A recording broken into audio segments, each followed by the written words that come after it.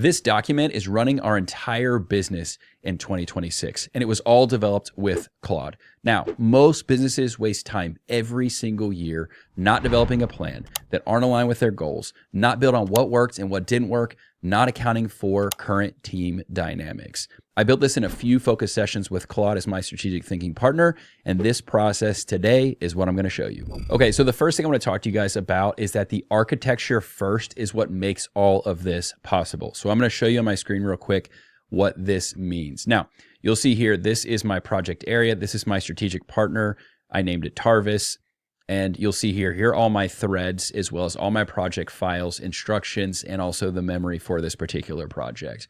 Now, this is very different from just a normal thread that you start. All right, so this is a huge distinction that most people don't realize, because you're not just using regular ChatGPT or some generic AI chat, because what you're actually doing is building a project inside of an environment that is a persistent workspace where the AI actually retains context across every single conversation that you have inside of this area. So it knows your business, it knows your team, it knows your history, and it also knows your numbers if you choose to give it that. Now, inside of my Claude project, I've configured it as my strategic co-pilot or my thought partner, and it has custom instructions that are defined to its specific role. It's going to push back on some of my bad ideas. It's going to ask discovery questions before proposing solutions. A lot of people have trouble with that, where it just starts giving you solutions that aren't necessarily tied to your specific business or not relevant. And usually what I find is that it can translate about 60% of what I come up with, and it helps me get to about 90% of execution ready spec, pretty much.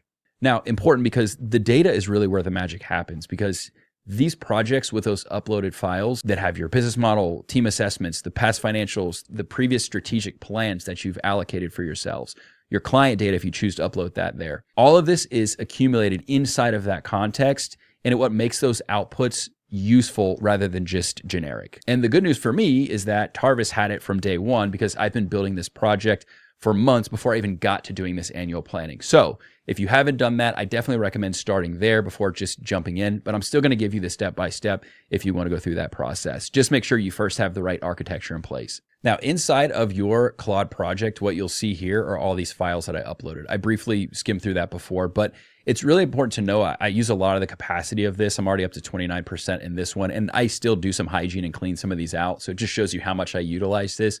But this is like building the brain, right? So imagine if your threads had the ability to kind of look inwardly and kind of access like an external hard drive and then pull that data into that thread.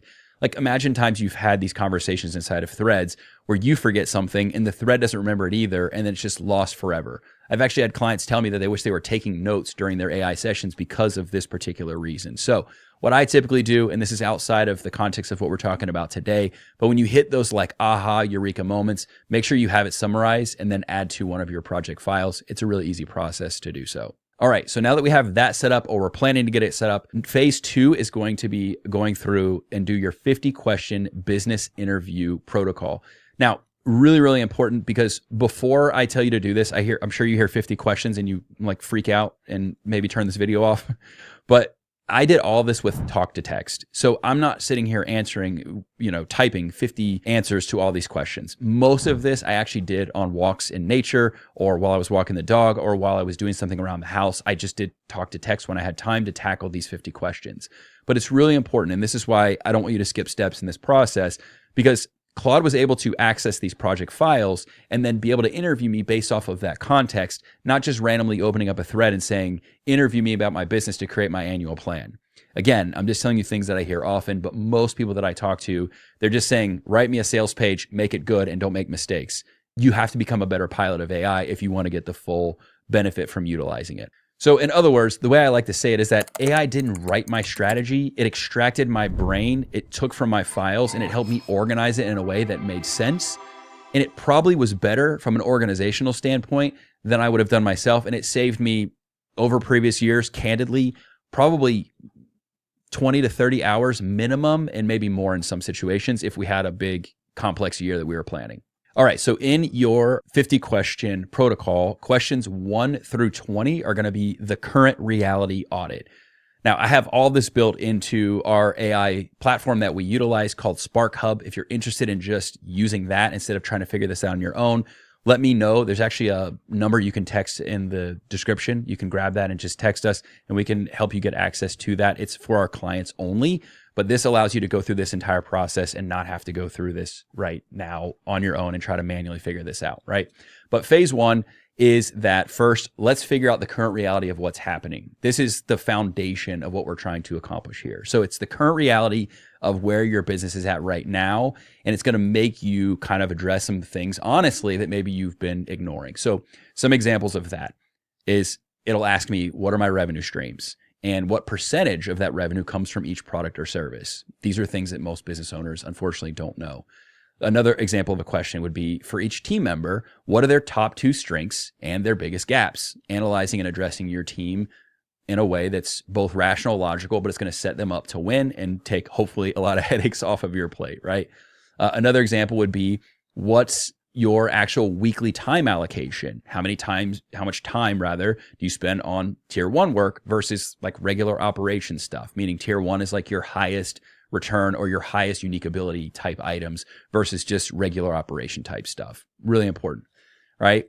Which of the current offers in your product suite would you kill or would you eliminate if you had to do so tomorrow, or if it was up to you and revenue excluded? Sometimes difficult questions to ask, difficult answers to come to, but also important that we're moving in a direction, even if it's not immediately, that you're building a transition plan. And then a last example of what would fit into 1 through 20 would be something like, what process in your business breaks the most often? So we do this every year. We have what we call our issue solution map. And from that, we say, what is broken? What is an issue? What's a problem? What are solutions? And how difficult are those going to be to solve? And then we take those on in stride when we have time.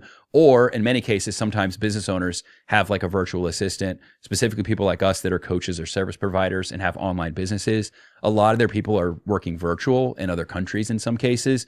And sometimes when they don't have big tasks for them to do, they're just not doing anything. And so if you have your issue solution map, you can have them actually working on solutions in their fill time, and you can just assign that whenever you don't have something to sit down and dedicate to them, because you're busy doing your tier 1 stuff, which is what you should be doing. Now, for us, this process allowed us to really confirm what we already had speculated. There were several offers where we thought, man, it just seems like the time we put in versus the money we make, that just seems like where we really need to focus. And it actually was able to confirm that with data and numbers in the historical data from years and years and years. And it did it like that, which is super, super helpful. I don't have time for that. I'm not a CPA. I'm not a big guy when it comes to stuff like that with digging into numbers. Some people are, I'm not. And so the ability to have that done quickly and confirm what we had already speculated, even at an anecdote level, was just crazy profound and worth doing the exercise if I only did that alone. It also asked me, like I said, to analyze each one of our team members and analyze their strengths and weaknesses or some potential blind spots and gaps. Now, it doesn't mean you're just going to go fire the whole team. That's not our intention at all. We're very pleased with the people that work for us. But as any good coach, and that's what you are, you're a leader in your business, you need to coach your people. Coaches put people in positions to succeed. You don't place somebody out of position or expect them to do something that's outside of their talent or capabilities. And so for us, the same way we put ourselves in positions to win, we also want to analyze our team and do that the same. And that's exactly what this is going to allow you to do, but with intention. Now, really important for phase 1, it's not giving you answers in this phase, but it's really making you think more clearly about your business as a whole. And it's going to ask you some of those deep questions that you might not ever ask yourself, or even if somebody you have as a coach. I speak truth with love as a coach. That's just what I do, because I know the opportunity cost. If you don't, I've had coaches that don't. And 3 years later, they're like, yeah, I thought that. I'm like, why didn't you tell me 3 years ago? So I'm different in that. I tell truth and love, but AI is going to tell you the truth, specifically if you train it to do so, about things that maybe you've never asked yourself, or even a coach you've worked with hasn't told you. All right, phase 2 is questions 21 through 35, and this is the gap analysis. So what this is going to help you do is going to help you identify what's actually in the way in preventing the things you want to happen from happening. Really important, things we don't think about often, but like, what are the barriers that are causing you to not achieve the goals that you set out for yourself? If you've done goals at all, it's okay if you don't. I know a lot of people that don't, they just kind of keep doing what they're doing all the time, because that's what our 9-to-5 brain previously and our schooling taught us to do. So I get that this is a totally different way to approach even just living your life. But these are things that are sometimes remove this and everything else works better, right? And that's what we want to figure out and accomplish. And so questions 21 through 35, the way I structured it, accomplish just that. So these are going to include questions like, where do you want this business to be in 12 months? Revenue, team size, what's your personal role? What are you doing in the business? How do you want to be showing up? Sometimes business owners got into a business because of something they love to do, but then they don't actually do that thing very often because they got sucked into doing other things, right? Like, can I get an amen to that? Another question could be, or is in our protocol, if you could only work on 3 initiatives this year, this is a big one for me. I'll tell you why in a second.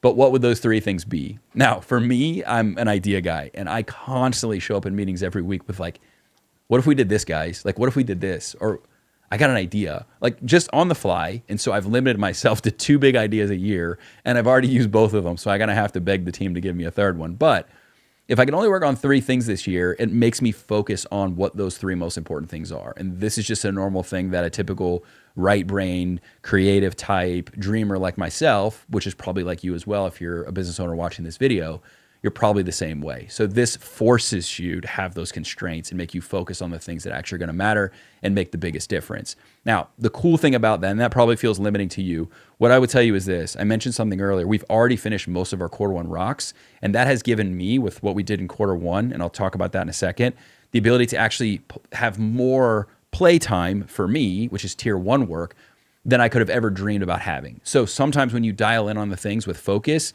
you actually get them done faster, and you operate in a better cadence as a team, that you have more bandwidth for everybody to kind of do the things they love more because you have more time for the fun stuff in the business. That's super important to know, because I know some people feel limited with constraints because they didn't get into business to be told what to do or to constrain themselves. And I totally understand that. Okay, next is, what's the single biggest constraint between where you are and where you want to be? Like, what's the thing that's stopping all the things?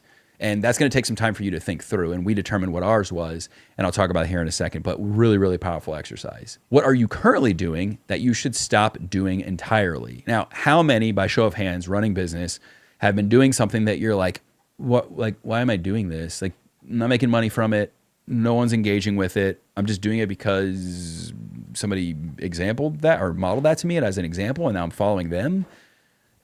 We don't know, but we just find ourselves just doing things. And this is going to really press you on what are the things you should stop doing to make way for the things you should be doing. Okay, another example is, if your business stayed exactly as it is today for 5 more years, how would you feel? Now, this was a tough one for me because I'm an ambitious person. I love growth. And so this makes you really, really dial in and figure out, man, I don't want that, so I'll accept the constraints. Does that make sense? You kind of like backdoor yourself on that one. It's like reverse psychology. I don't want to be stuck for 5 years. So how would I feel if that happened? Okay, great. Let's not do that. I'm willing to accept the constraints. In my case, limiting my ideas and focusing on the things that matter and saying, I'm good as long as we win, because I don't want to be stuck where I'm at now. Not that that's not a bad place. I'm happy with where we are. But would I want to be there exactly in 5 years and not see any growth? Not at all. And that would not make me feel good as a person I'm a benefits-driven person. I would not be excited if we're in the same place in 5 years. So this is going to make you think about, okay, but what's the trade-off? You don't like restrictions? Okay, but what's the trade-off? So it is a helpful exercise. So the bottom line is for me and for us, is that Claude really forced us to focus on things that mattered, that had the biggest downstream impact. And that gave me the opportunity to put everyone in their best and ideal situations, and giving us the best chance to achieve our goals this year. And then we created more bandwidth for me to be able to do the big picture dreaming stuff that I like to do as a result of our newfound efficiency. And that's what I mean by a strategic thinking partner. It didn't hand me a plan. Like, I'm still the pilot, but it did help me think through my own plan more rigorously than I probably would have done if I just sat down and did this by myself. So really important to know about AI, because again, AI is a powerful tool, but you still need to be a trained pilot. I always say this, you would never get on an airplane with like a guy that just stayed at a Holiday Inn Express last night, if you remember that joke. But if you saw that that pilot's just some guy off the street, you're not hopping on that plane. And some of us, that's how we're using AI, is we're not training ourselves, but yet expecting to land at a destination. And that's just not a realistic expectation. Okay, phase 3 and the final phase here is questions 36 through 50. And this one's tough. This is fears, blind spots, and some honest assessment. So this one's tough.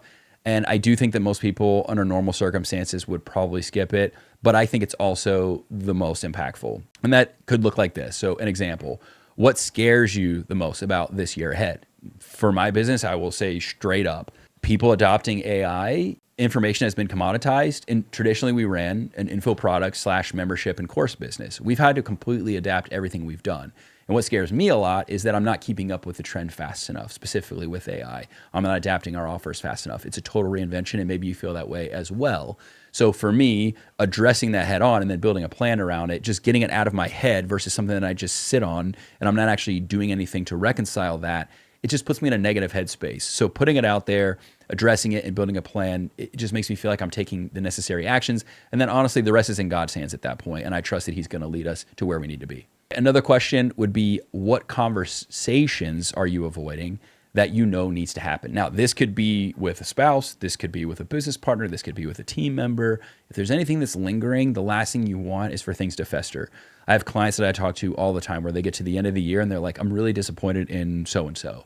And I'm like, you're telling me this at the end of the year? We could have addressed this 7 months ago. This sort of thing happens and we let those things fester. The problem is festering leads to bigger resentments. And then it just goes from sour to toxic and becomes an environment where nobody's happy and nobody's doing their best work. Another question could be, what happens if nothing changes if you execute nothing from this plan? Again, this is kind of more reverse psychology. And if you execute nothing from this plan, what would happen? You can choose to add that or not if you want to double state that one, but it basically accomplishes a lot of what we accomplished already before. And really important, this is going to feel a little bit woo-woo, but the next one, what does success actually feel like to you? Not the number, but how do you feel about it? Now, let me tie why this actually matters, right? We're all human beings. And so we can come into this and say, that feels woo-woo, whatever, I'm not doing that. But I will say this, life and business can beat you down, especially when you're going through tough seasons, which are going to come as a business owner. And so I think it's really important for you to remember the feeling of why you got into this to begin with. You probably had dreams and aspirations of what your business would be. And I think sometimes we lose sight of that in the muck and in the trenches of what we're doing. And so I think it's important for you to remember what it felt like when you got started, because that usually is going to lead to you taking action and hopefully getting to the point where you want to actualize some of the goals this year because you want that feeling. We're emotionally driven people that we will validate things with logic. And so I think if you can stack those two things together, the emotion of what you want to feel and then the logical actions that follow that, I just think it's a power stack that I wouldn't avoid if I were you. And I'm the type of person that typically avoids those things. And then the last example I'll give you guys here is, where are you most likely to self-sabotage, right? Am I going to fall back into big picture Chris mode, right? Am I going to avoid staying detailed throughout the year and not keeping track of things and just kind of trying to remember everything? Like, these are things that I fall victim to. And so if that's the type of person you are, what we want to do is figure out what those are and then use your thought partner to help you build a strategy and approach to stop that from happening. Maybe it's equipping a team member. We're using the ClickUp AI agents now, so they'll give us reminders. I'm forgetful. My brain's in 100 places at once. That's just the way my brain operates. If I position it right, it's a powerful asset to me.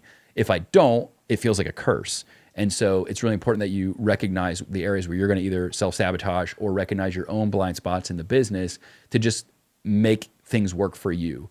The biggest thing I tell clients is be your best ally, not your worst enemy. And sometimes we don't recognize areas we're going to self-sabotage or areas that we need to have resources built around us. And then we find, well, I wonder why things didn't work the way they should, the way I wanted them to. Well, you didn't set yourself up to succeed the same way you need to be setting your other people in your company up to succeed as well. So really important step that I think a lot of people skip.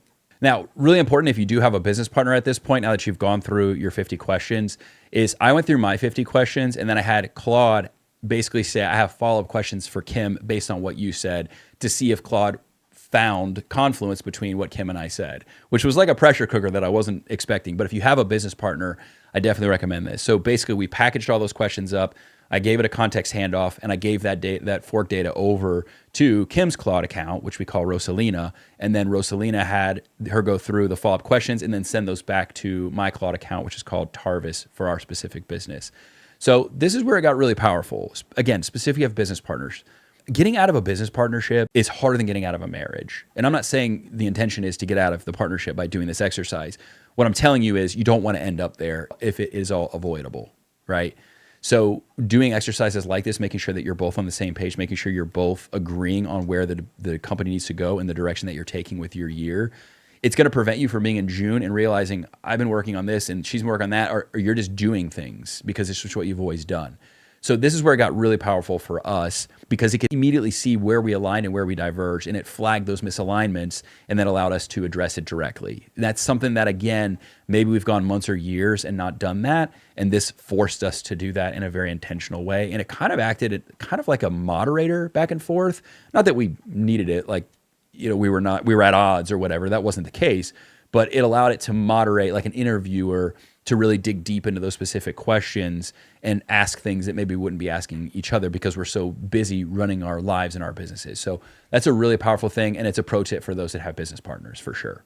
Okay, so now that you've finished your interviews, you're gonna move in towards creating that operating plan. So at this point, Claude had hundreds of pages of raw data from my answers, from Kim's answers, from where we agree, where we didn't agree, and then we arrived at an agreement on those items. And then we moved towards synthesizing that and putting that into our 2026 annual operating plan. So I'm going to show you that and scroll through that as I'm talking here, just what that actually looks like from that output. But that was where it got really, really powerful. So you've got things like your revenue architecture. So like your revenue goals, your stretch goals, your dream goals, the realistic math behind each one, how many clients you need to get and at what price point.